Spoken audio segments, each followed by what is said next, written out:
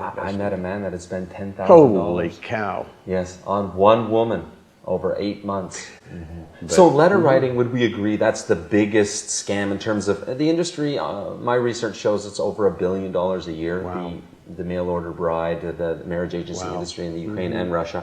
So the majority of it is made by letter writing. I believe so. That's what I was told by my girlfriend who worked in this industry. Right. And she said it's the letter writing. And even the emails, when you buy their information, the email that you purchase is sent directly to the agency. And the same woman will answer the emails. So you're not actually getting her personal email part of the time, some of the time. I don't. It could be not. There's a percentage that are genuine. And let's give some tips as we go along. Sure. Here. Yeah. So a tip that I have to make sure to see if it's really let's say Olga that you're talking to is look at the URL. If it's Olga at Ukraine Top Models or some URL, and you go to the website and you can see it's really a bogus website, which is often the case. You can rest assured that it's a scam. But it happens to be Olga at Olga123 or a year at Gmail or at .ru or Yahoo. Chances are it might indeed be Olga, depending on what sites you're at. I agree, and if somebody's willing to follow up the header and stuff and do that, they can learn pretty quick. The other thing, let me just go the ahead. other thing is ask for a Skype conversation. Ask for their Viber, so you can connect on Viber. Everybody in the Ukraine pretty much is on Viber. Not everybody, but most. It's the most commonly used. They don't use WhatsApp here. They use Viber. Viber is very so common. Skype, Viber, ask for a cell phone number. If they tell you they don't have a cell phone, it's absolutely a lie. And Babushka in Siberia has a cell absolutely. phone. Everybody has at least one. And they would probably leave the house without any clothes on before they'd leave without their phone. Because in fact, most people have two. Yes. Yeah. The other aspect of this, the email that I've encountered, and my girlfriend has told me, is that they try very hard to redirect you back into letter writing, especially if you feel like the man has made a connection with this profile. So they will say something like, I can't write because I don't have a translator, or I can't afford internet, I don't have Wi-Fi at my house, or I can't go down to the internet cafe because I don't have time after work. And so let's just write letters back and forth. So the agency redirects you back into the letter writing. Yeah. But in fact, everybody has a computer.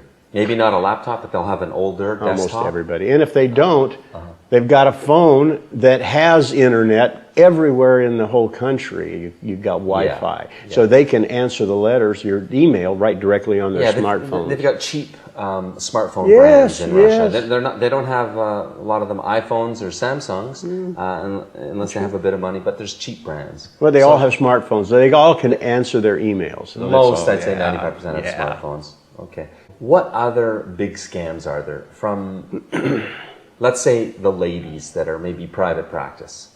So there'd be just lady scammers out there, and then there's agencies. So the lady scammers, what are some typical scams that you've seen? Well, I have had a number of them attempted on me, and honest to God, I fell for a few of them, so I've learned the hard way too. Me too. The send me money is a huge one, and it comes in all different forms, whether it's send me money for a new telephone, or I need a new computer because anytime they ask for money, unless you have a relationship with them and know them already, just beware. That's a really high-risk operation. Let me chime in. Even if you know them already, I've been corresponding on Skype with the girl and with the lady, and all of a sudden her computer broke, and you used to Skyping and you see their face, and we were doing that for a month, and she said, my computer broke. Can you send me money? Is it possible to buy a computer? And I wanted to continue talking to her. So you send $1,000 over, and that's a huge amount of money. That's actually a year of income for the average Ukrainian. Yeah, darn near. Yeah, you're right. You're right. So it's a year of income they got. One whack. One whack. So you can see what the motivation is for them to do it. And how many other guys is she Skyping to with the same scam?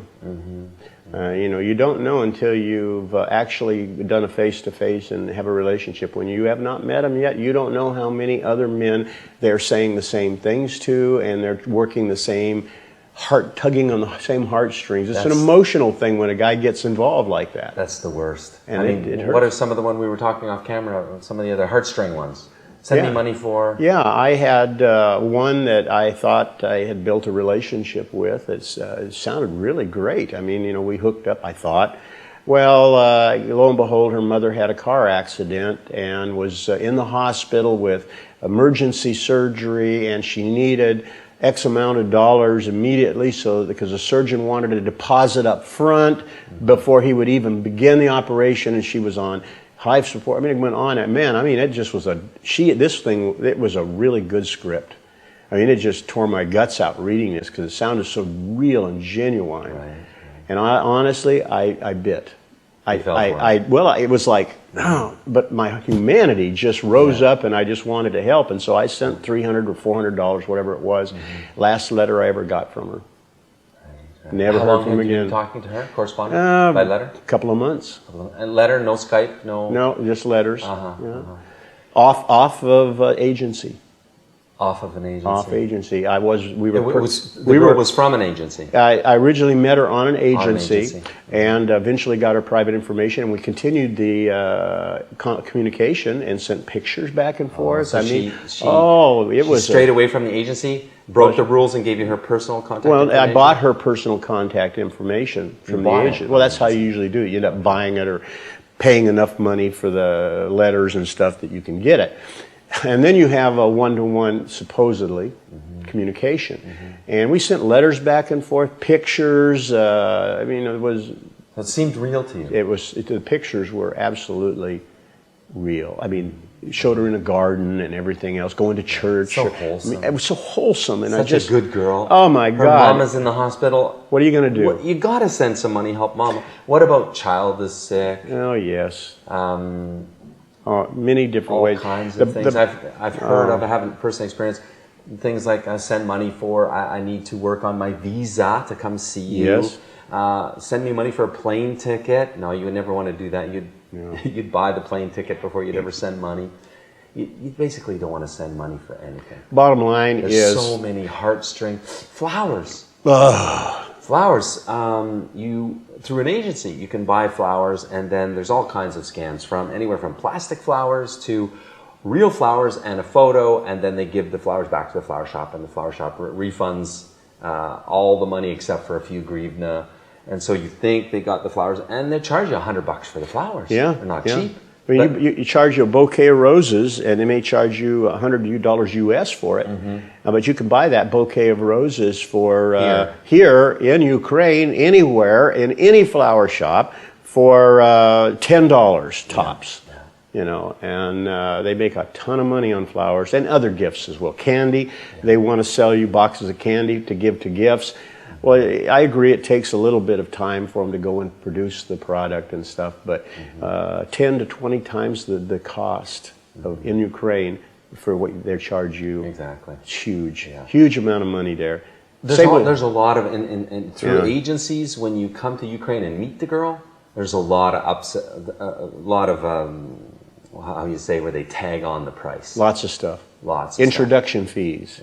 Interpreter, you pay $20 an hour US for an interpreter. Now, I won't badmouth the interpreters that I have met, and most of them are very genuine, honest people. I used one who was a young lady, and I particularly like her, here in Sumy, and she's a lawyer by trade, and works for a large company that has gone downhill and with the economy, and she's hasn't been paid for like almost 2 months now.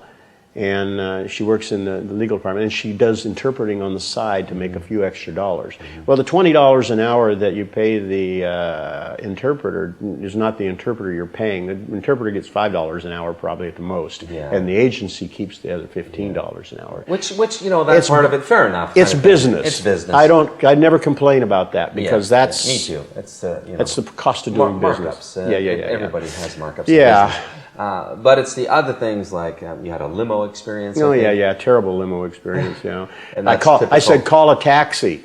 A taxi would have cost $1.50 to take us to the restaurant each way, U.S. But they called their private taxi, who was the husband of the owner of the agency with his Audi or whatever, which is nice, and charged me I think $60 U.S.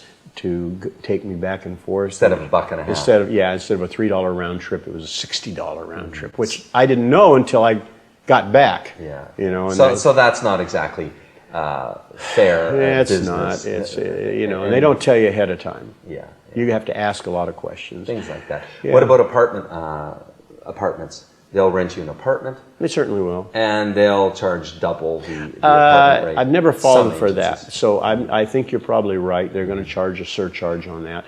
It's double. Double, yeah. It's more than the surcharge. I just haven't been caught in that trap, but yes, I've heard it many times. And in the industry, have you seen such agencies that No. legitimately are looking to make money matching a man and a woman? No. No. They don't. Care. It's a byproduct. It's an unfortunate byproduct I think, in the industry. That once in a while, somebody will get married, and they make a big issue out of it. I mean, you'll see them plaster pictures, but there'll be 1 or 2 or 3, maybe at the most, and then they'll have a stable of 2,000 women, and maybe they have a marriage and make a big issue out of it. But it's a tragic byproduct for them because it ends their cash flow. Hey, it's Joe here. How are you doing? Listen, I wanted to talk to you openly and personally for a moment here. Maybe you're like I was, divorced 2 times and just really distraught and given up on ever finding your other half, a soulmate, your best friend, somebody that's amazing, smart, sexy, talented, educated woman that will rock your world in more ways than you can imagine. I've found that, and I wish you to find that. I fervently believe the best women, the best wives are in the Ukraine here. I wish you all the best in your personal journey to find and marry the most incredible, amazing Ukrainian wife you could possibly imagine.